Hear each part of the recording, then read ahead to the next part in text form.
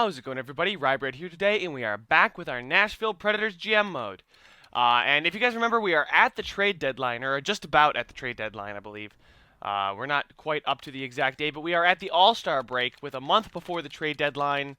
And you guys were debating a little bit in the comment section whether we go with two guys that were on the trade block, both Patrick Sharp and Daniel Sedin, not Henrik. And you know, both sides made some good points, but if I had to make a choice myself, I'm gonna go ahead and go with Daniel Sedin. This trade just makes more sense to me. So just because he's a sniper, he's gonna be a goal scorer. He's got, 43 points in about 50 games, I think it was. You know, we do need a little bit more scoring talent on the team. We are the #1 offense in the league, but, you know, it doesn't hurt to get a guy like Daniel Sedin. We're not going to have to give up too crazy of anything anyway. So, let's see here. What do I have to throw on the block? Well, we have to go ahead and throw on somebody else besides Daniel Sedin, because this trade wouldn't go through without it. So, let's go ahead and where is his name? It is Billins, I believe. Yeah, there he is, Billins. He's at the very top because he's not very good. So these two guys, he's just a throw-in. I know they don't want to trade him away, per se. But I like this one because it's a little bit more realistic. It is not a very struggling team over there in Vancouver. And we are a playoff contender without a doubt.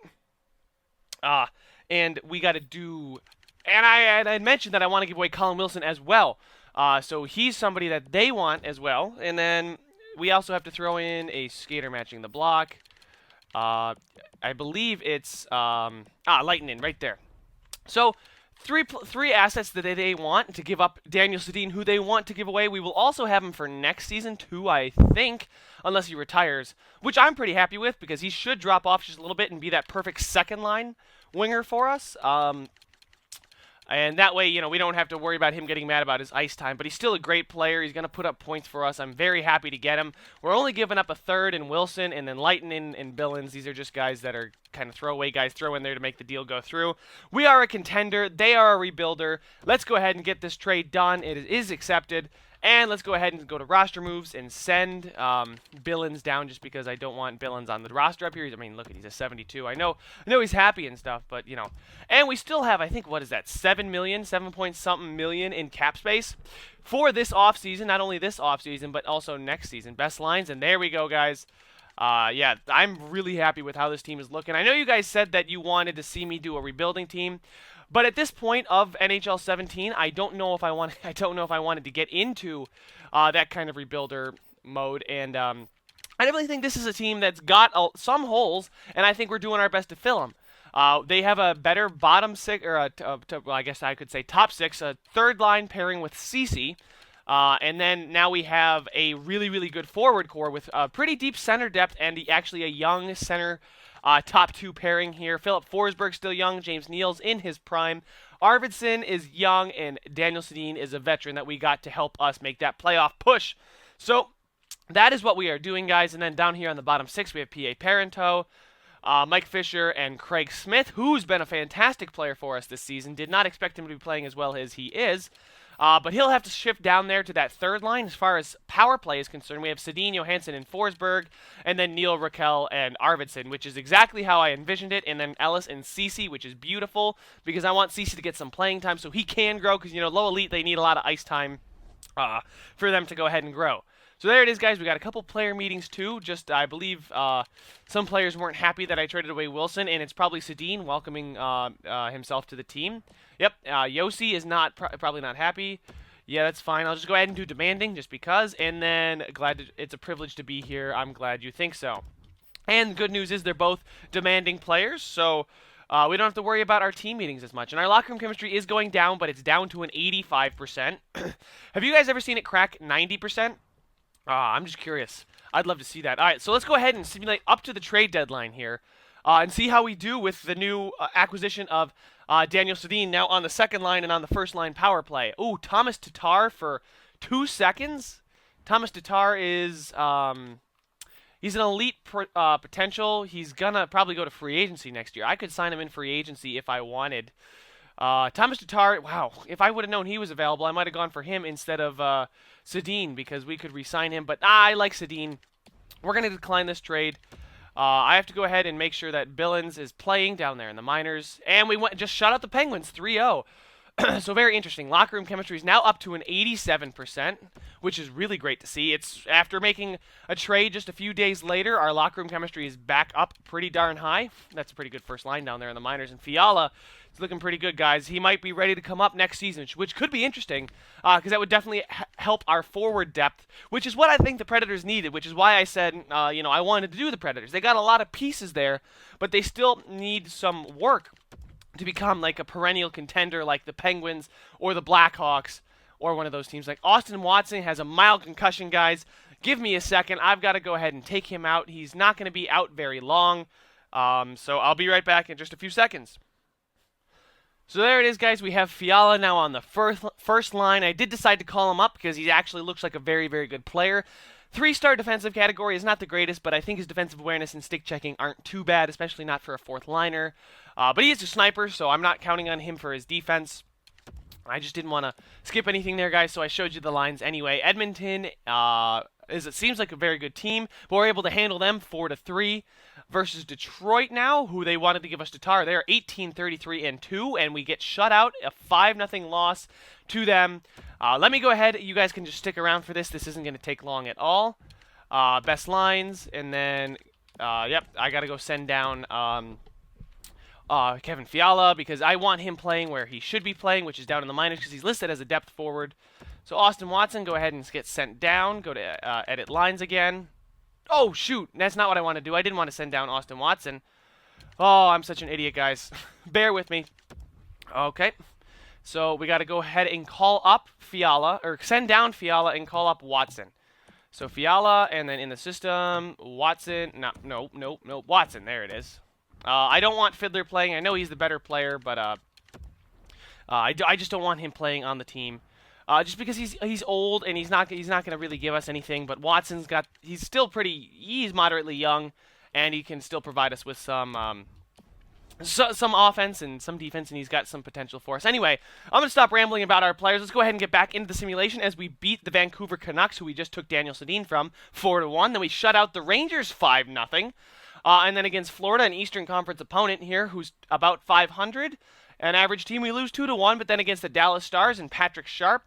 And P.A. Parenteau has strained his abdomen. I'll be right back, guys. Give me 1 second.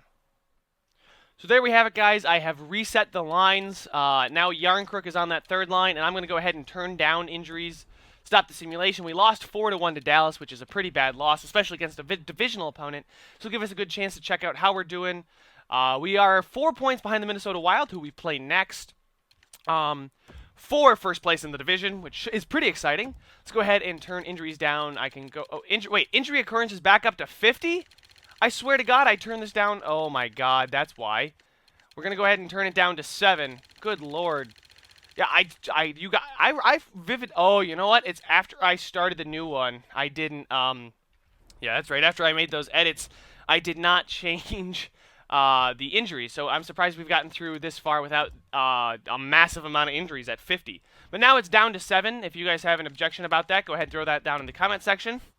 Hopefully we won't have to do anything here at the trade deadline because we already made our trade for Daniel Sedin. And we get a nice week off here as we can get some players healthy. This game against Minnesota on Saturday, though. And P.A. Parenteau is available to play. So, I'm sorry, you guys. I know injuries, watching me edit the lines after injuries isn't the most fun thing you can do in the world. But, you know, it's just going to take me 30 seconds to go ahead and get this all set. I've gotten pretty good at sending guys down after injuries. Fiala, send him down, confirm, go back to edit lines. Go to the AHL. If this game, you know, that's one thing I keep saying I wish NHL 18 would do is just improve the menus and just make them faster. Be able to keep up with me. It doesn't need to be the fanciest looking thing in the world. I just want it to work. And we lose 2-1 to the Minnesota Wild, which is bad. And we are on a 4-game losing streak now. Can we snap it against the Flames, who seem to be a really good team, but we are able to snap it. And then against a sub-500 Colorado team, we blow them out 7-3. Now against Washington, Ovi and the Capitals, who are not too bad. We win 4-2, all right, against Edmonton, who's also a pretty good team. Edit scouting assignment. Let's see. What do we want to scout? We have actually... Let's just go ahead and scout defenseman. My usual routine is just scout Canada and a 2-1 overtime win. Let's go ahead and simulate past this Buffalo game. On to the trade deadline. I doubt we're going to get many offers. Yep, and we just beat the Sabres 5-1. And now it's for the home stretch. Let's go ahead. We got, wow, lots of games in the last 2 weeks. So let's go ahead and simulate up to that Sunday, the 26th of March. Versus Montreal, we lose in a shootout, but that's still a point against the Blackhawks, who are in our division. We need to take this game. That's an important game to get at least a point in. We do get both points. It's a shootout win, so it's not going to help regulation and overtime win tiebreaker, but it is 2 points. And then the Ducks, we beat them 5-2 with Pekka Rinne, but we lose to the LA Kings, but then we go ahead and beat the San Jose Sharks. Very, very exciting stuff here, guys. We are 38-24-6. We are a great team. 39 after beating the Jets. Can we get to 40 wins against the Capitals? We're not able to do it against the Capitals, but we should be able to do it against the very, very bad Carolina Hurricanes. And we are able to do it, guys. We have 40 wins, and we're not even in the last 2 weeks. We lose in overtime to the Coyotes, which is not too bad. I hope we can get 3 points out of these next 2 games versus Calgary and San Jose. There's 2 points. Can we take another 2? I'll settle for 1 against San Jose. And nope, we can't even score a freaking goal in that game, guys. So, all right. We are 41-26-7. I don't know why it's taking so long to simulate. There we go. And we are now down to the last 2 weeks of the season. Locker room chemistry is up to 87. And we are 5 points behind the Minnesota Wild, but 7 points ahead of the Chicago Blackhawks for a wild card spot, and we are tied with the St. Louis Blues for second place in the division. This is going to be a fun end of the season, guys. 8 games left, lots of points still on the table.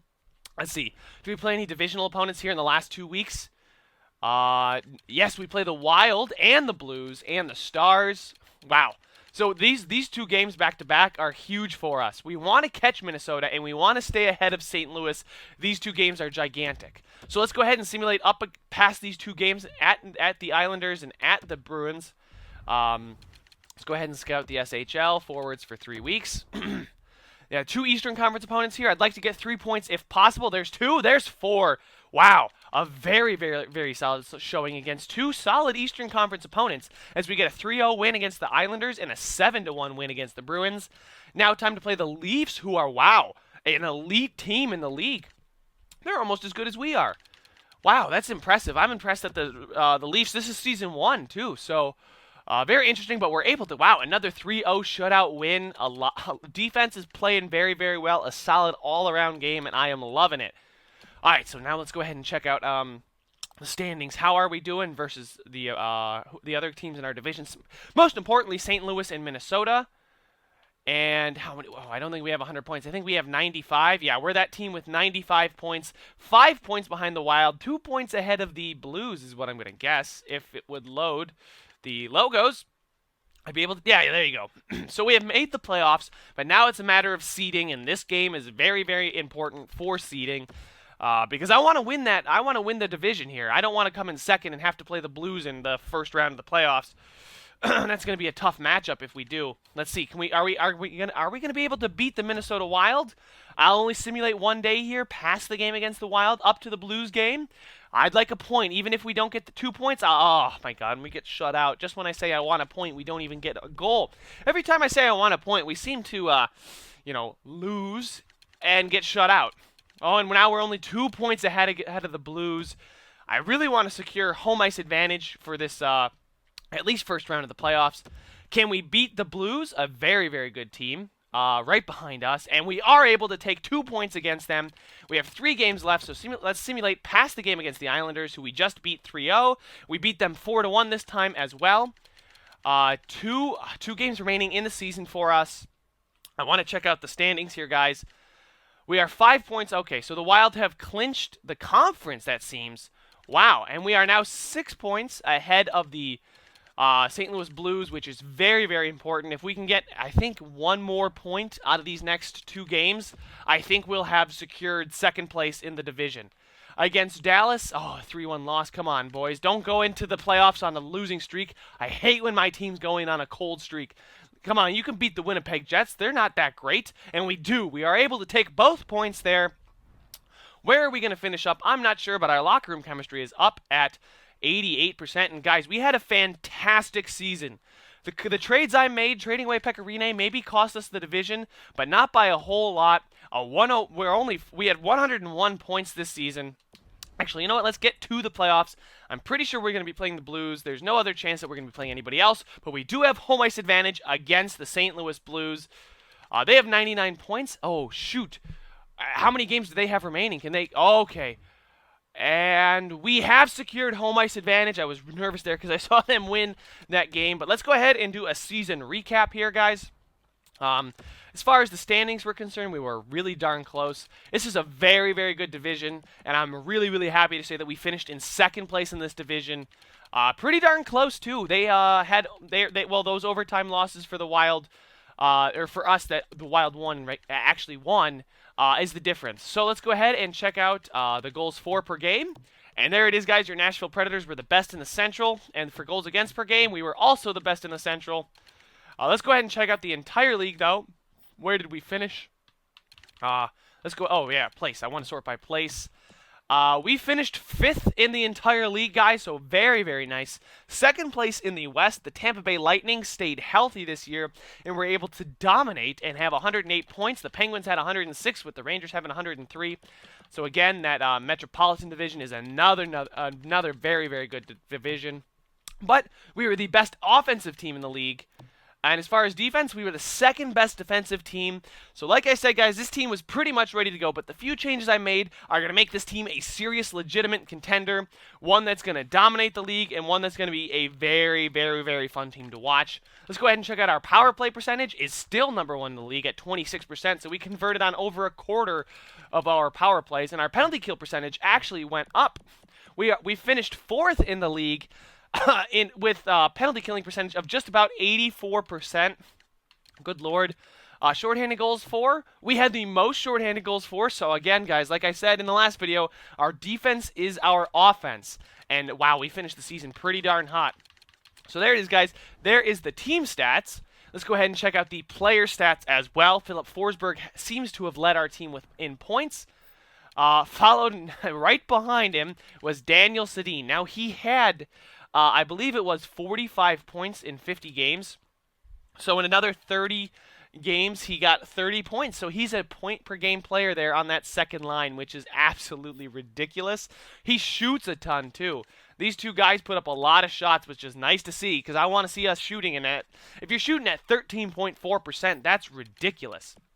Johansson and Neal also had a very good season with over 60 points. Arvidsson, a really, really good season for him at 55. Smith on that third, he bounced between the second and third line. Ricard Raquel only got 47 points on that second line, but I'm not too worried because his production probably jumped when we got Daniel Sedin in here. P.A. Parento had a good season on that third line. Yarncrook on that fourth line. Fiala played a game but didn't register a point, but that's okay. Salamaki and Watson. Guys, when your fourth line is chipping in 30 points, you're a really good team. We scored a lot. It's nice to see a team that finally simulates with scoring. And then PK Subban had a fantastic year as far as points were concerned. 61 points in 82 games, 9 goals, 52 assists. Roman Josi and Ellis led the defensemen with 19 and 13 goals respectively, and both had over 35 points, almost 40 points for Josi. And wow, they were a really, really good plus. That's what I want to check out. How are our forwards as far as plus minus? Oh, that's power play goals. And plus minus, I can't click. There we go. So our worst plus minus was Fiala, and Ricard Raquel was actually a +1 to end the season. So that second line, Sedin, I believe, was a -1 when we acquired him. He's now a +3. So that second line seems to be battling back and forth with their opponent, which I'm quite happy about. And now the moment of truth, the goaltending, guys. And wow, games played here. John Gibson with a flat 2.0 goal against average and a .930 save percentage. Holy good Lord, this guy killed it. 11 shutouts this season. Wow. Jonathan Gibson, 2.0 goal against and a .930 save percentage. That is a fantastic season. Way better than I thought he was going to have, because I thought we were going to have some growing pains with our goalie, but certainly not.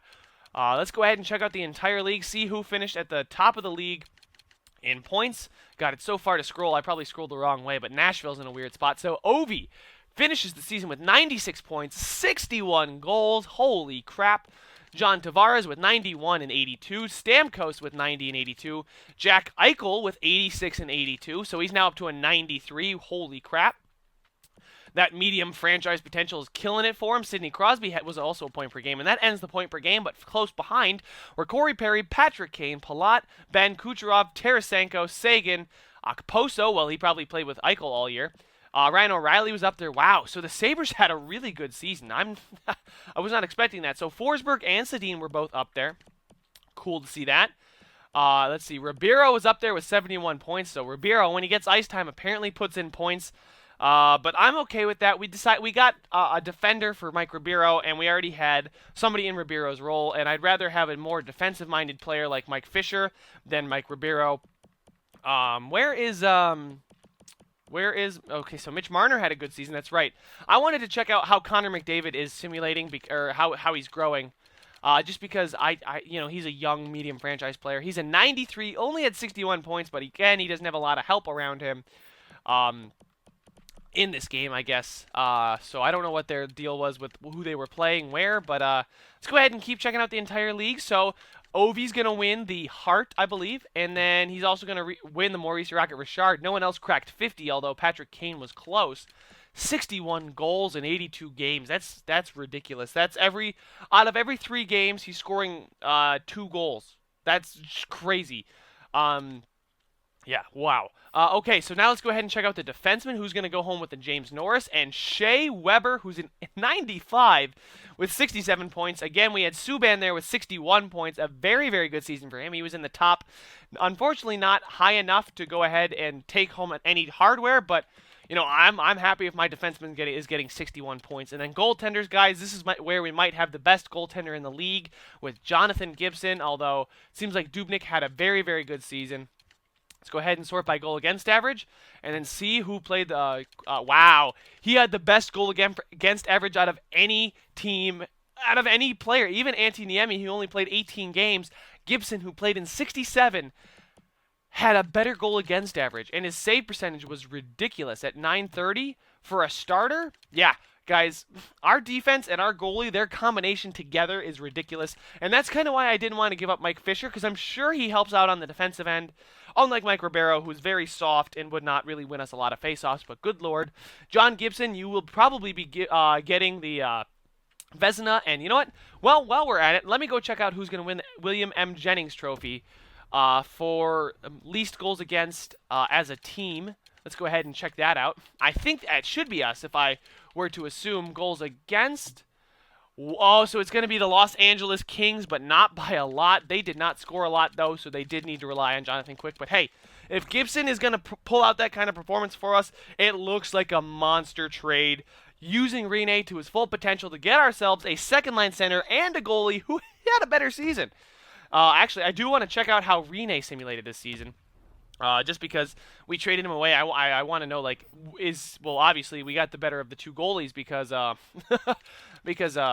Gibson's going to win the Vezina, but let's go ahead and check out how he did on the Anaheim Ducks.